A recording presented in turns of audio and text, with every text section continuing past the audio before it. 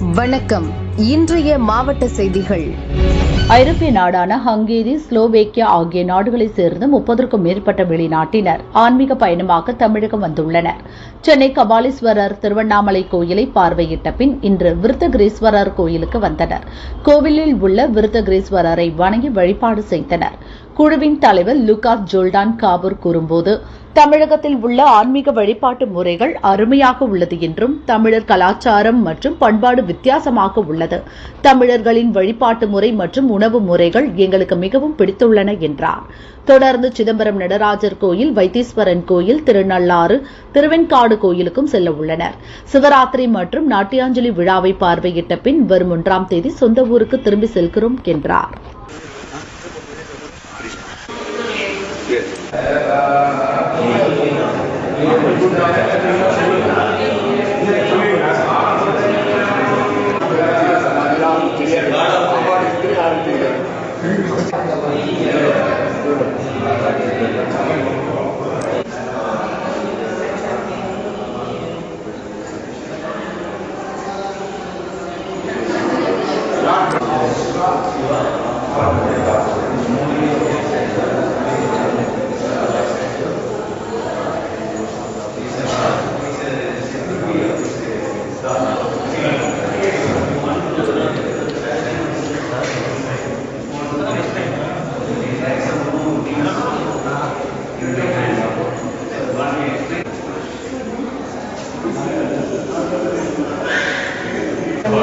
V tejto postave je aj mužská, aj ženská energia. Je to postava, ktorá je pár, ale vypovedá o jednej osobe.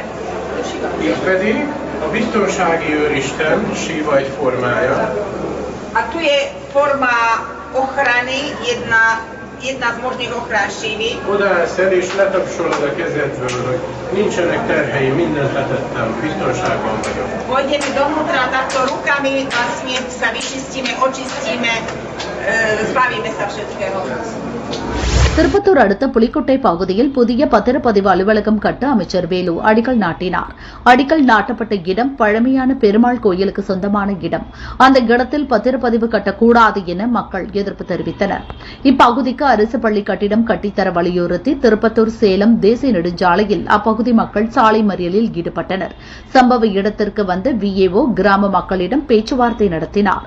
முறைப்படி கலெக்டரிடம் மனு கொடுங்கள், கட்டிடப் பணியை நிறுத்துவதாக உறுதியளித்தார். இதனையடுத்து மக்கள் மறியலை கைவிட்டு கலைந்து சென்றனர்.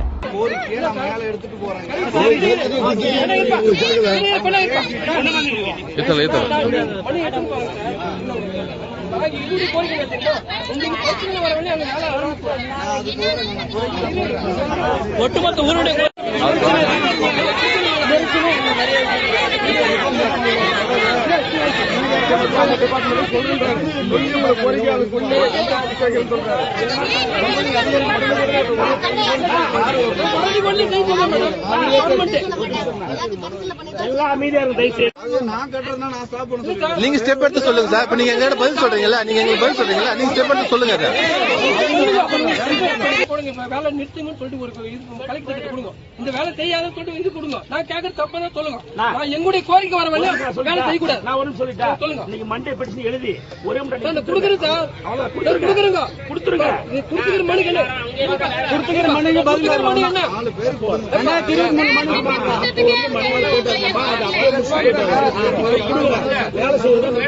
மனு கொடுத்தலாம்.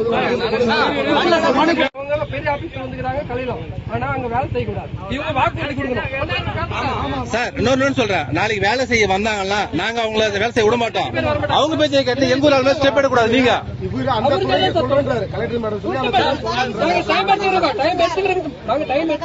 மேடம் அவங்க சொல்றாங்கன்னு சொல்லிட்டு எங்க ஊர் ஆளுங்க ஸ்டெப் எடுக்கக்கூடாது. நீங்க யார் வேலை செய்ய வந்தாலும் விட மாட்டேங்க. அது கேரண்டி கொடுத்துருங்க. நீங்க இப்ப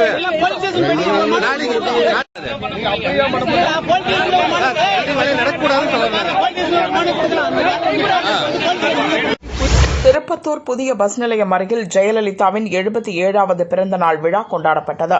முன்னாள் அமைச்சர் வீரமணி தலைமையில் கட்சித் தொண்டர்கள் ஜே படத்திற்கு மலர் தூவி மரியாதை செலுத்தினர்.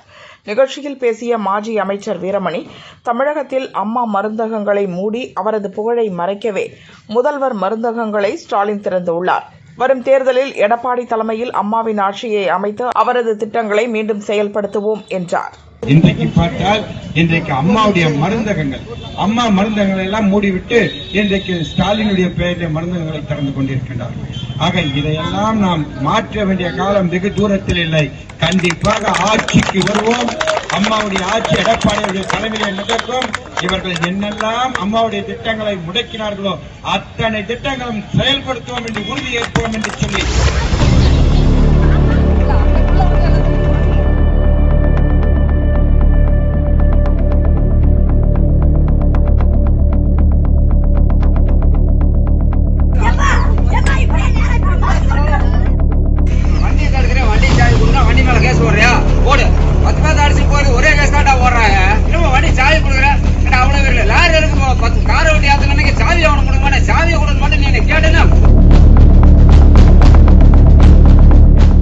திண்டுக்கல் மாவட்டம் அய்யலூர் கொன்னையம்பட்டியைச் சேர்ந்தவர் சத்யா. இவர் அய்யலூர் நகர திமுக தகவல் தொழில்நுட்ப அணி நிர்வாகி.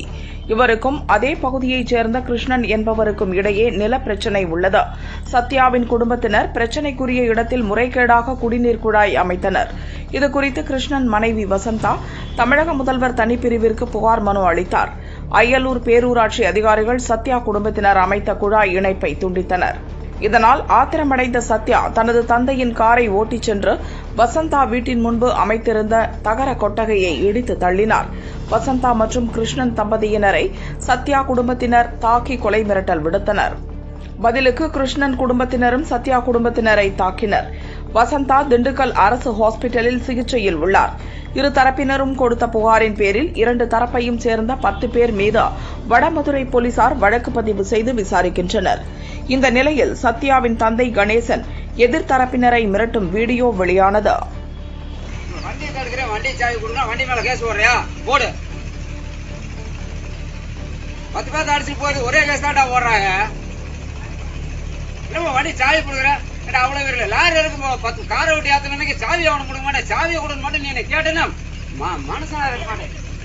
எவ்வளவு பெரிய ஆளா இருந்தாலும் வண்டி சாவி வந்து கொடுங்க, நான் ஒத்துக்கவே மாட்டேன்.